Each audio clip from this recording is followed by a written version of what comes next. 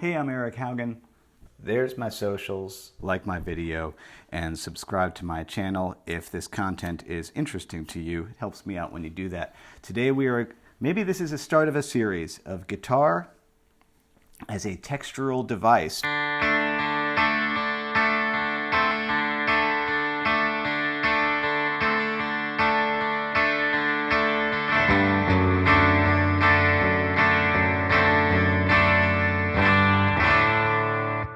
Oh.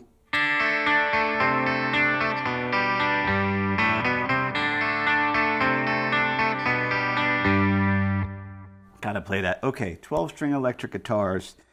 I've always had a 12-string electric around because they're a very useful device. There is nothing else that sounds like this jangly, crispy, angelic, unpredictable kind of instrument.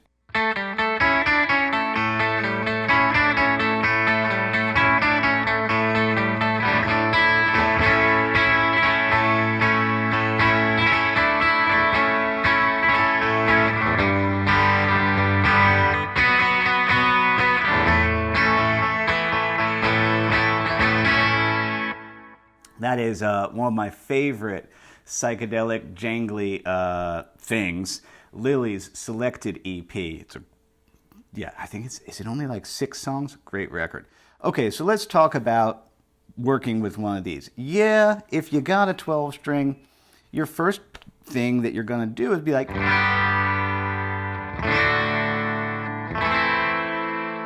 yeah, they're totally great for strumming chords.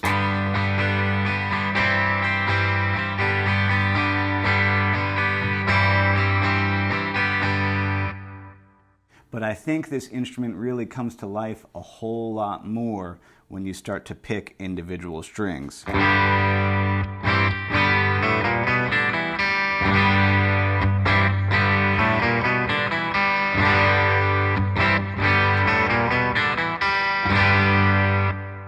was that the 70s show theme? Big Star, really.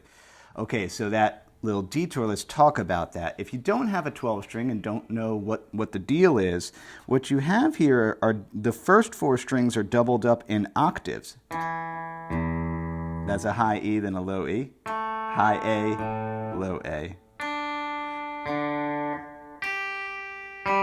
But then, weirdly enough, the next 2 are just doubled up. Which is, yeah, that's really interesting. These first 4 are octaves apart and the last 2 are unison. So that does mean, you know, with our picking angle, I've talked about this in other videos, if we're really dead flat with the pick and pop from behind the strings, it's really gonna mess with you on a 12-string. You do have to think about, I tend to drop my wrist this way, flop, and think about the easiest way to get across the strings.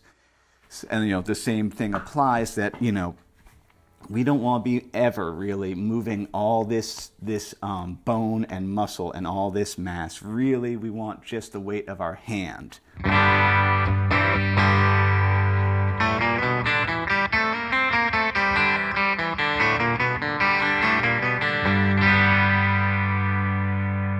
And then, you know, okay, so I guess one thing you could do for practice, you know, just, let's say G major pentatonic.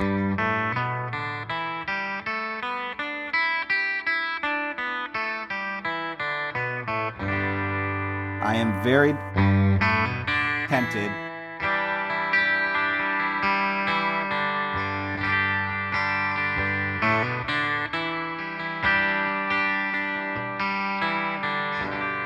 I was really trying not to do the most obvious 12-string riffs for this, but sometimes you just got to. Sometimes you got to play some Pink Floyd. Okay, so let's go through what I think about when I'm going to use this as a textural tool on a song. The first thing is, I wouldn't use this on a song that has fast chord changes. You want it to be a song that doesn't have too many bar chords, doesn't have too many fast chord changes, because what we want to do is maximize the drone potential of this instrument. Here's what I mean. Sure, we all know you could strum an E chord.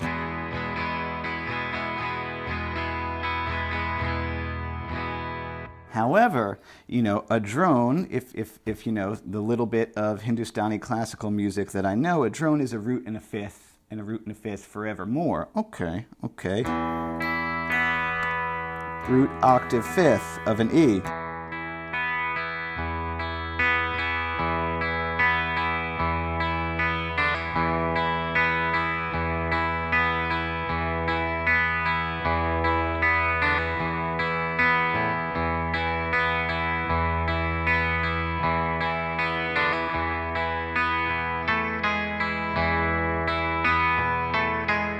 That makes me think of this killer riff.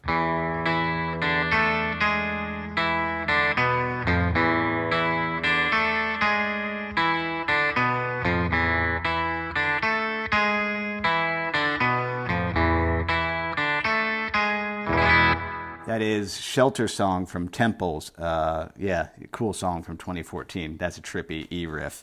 But yes, the idea of hunting for drone opportunities.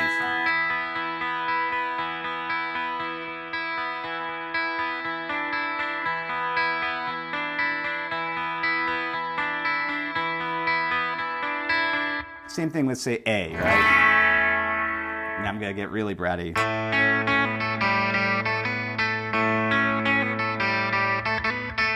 Sorry.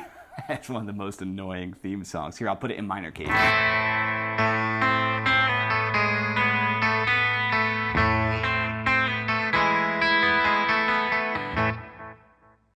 Okay, I feel better now. That's better. Same thing with A, though. Instead of strumming an A, which sure sounds great, you can do that, but I'm always going to look for drone opportunities. Root, octave, fifth.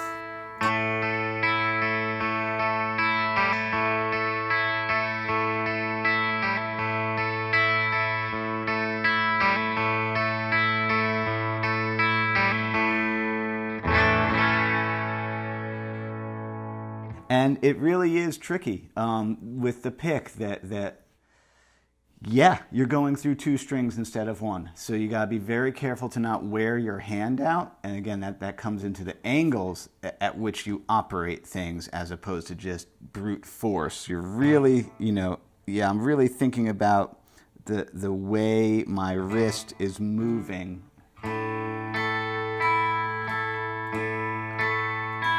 So I don't get tangled in them wires.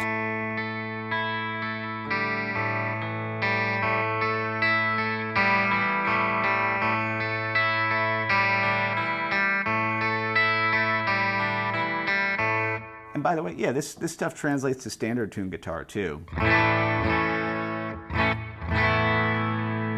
Let's look at some D drones. Kind of cool because with a D, here's your root, fifth octave. I like to do this one.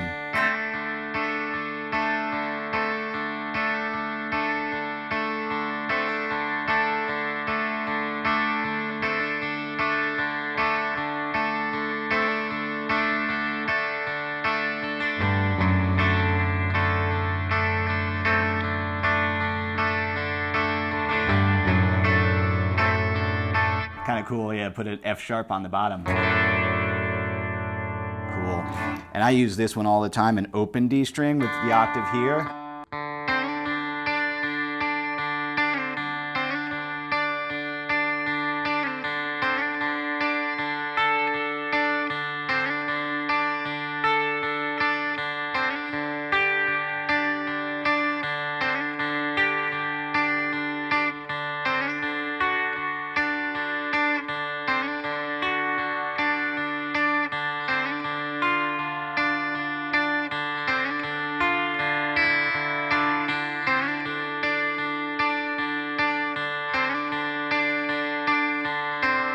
And you know, I can't do a D drone with this guitar without going.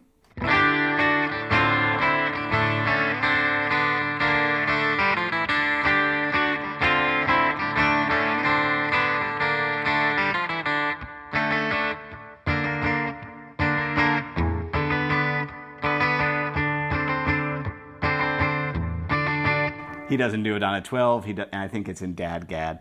But, you know, this is a very Jimmy Page guitar. You may have seen on my channel, I have some vids with the 59X that has the humbucker and the P90. I'm selling that because this one looks more vintage. I'm allowed. Aesthetic choices. I love the white trim. The Danelectro's gotta have the white trim like that for it to be a Dano. Like that's just, it's gotta be like that. Let's look at some G drones. G,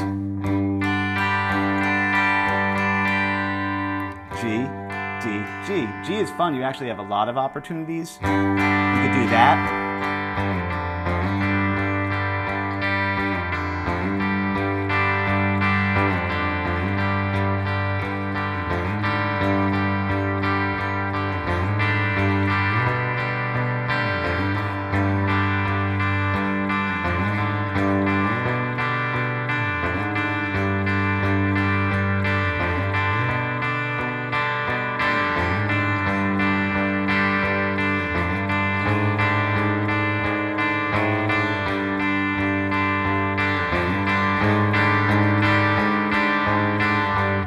Trippy, right? There's just nothing else that sounds like that. That slightly unhinged quality to a 12-string because A, they're not easy to play. So like a lot of yours, you notice I'm not telling you to be like,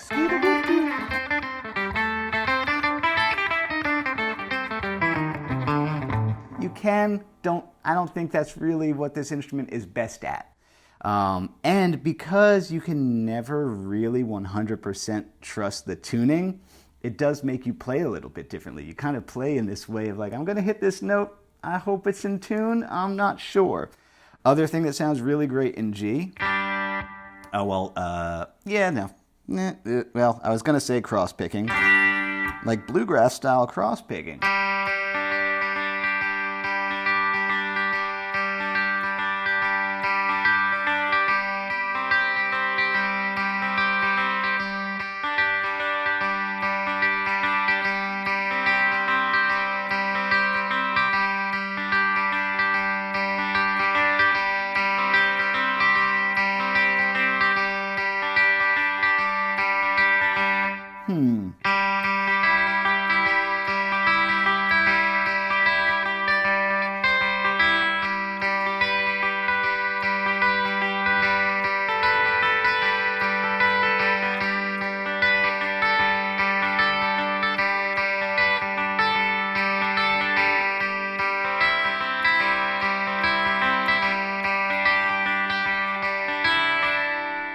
It just creates such a really, really unique and beautiful wash.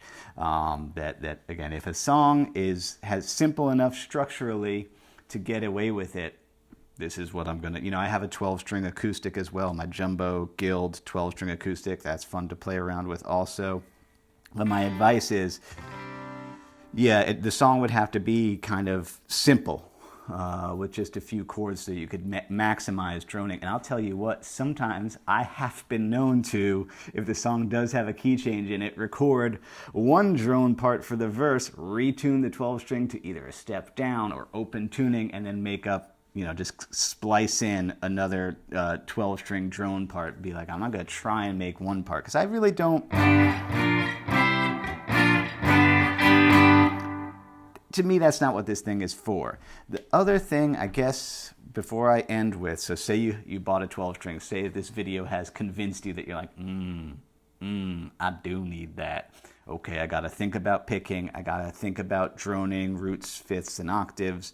And then you'll see me mention very frequently how much I love Carter-style guitar, which is just where, well, it's very old-timey, but it's really great for, yeah, watch.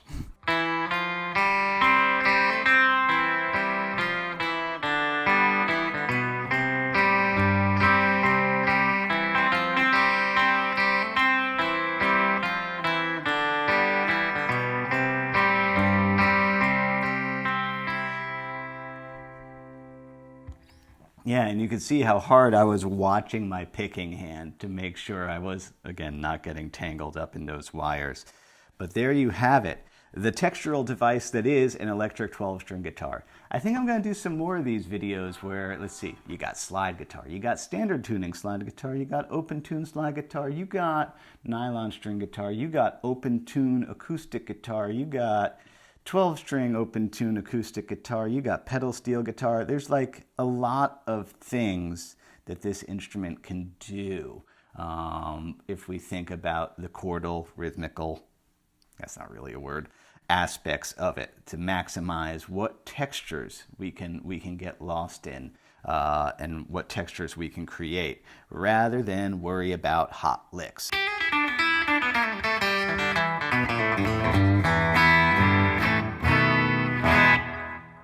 Thanks so much to everybody who supports me in all the ways that you do, even if it's just clicking like and subscribe, because that helps with the algorithm relevancy that, tells YouTube that I did a good job, and then that generates website traffic, so people will book lessons.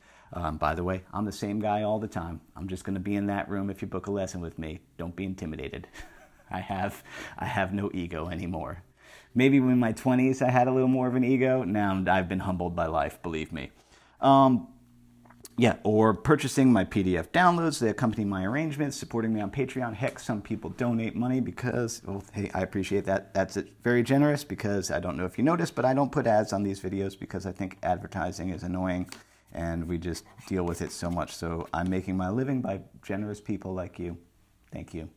Being like, I like this guy. I like his guitars. I like his apartment. I'll give him some of my hard-earned money so he can continue to make this content. As Bill and Ted would say, be excellent to each other. That includes yourself. I'll see you next week. Happy Friday. Eat pizza.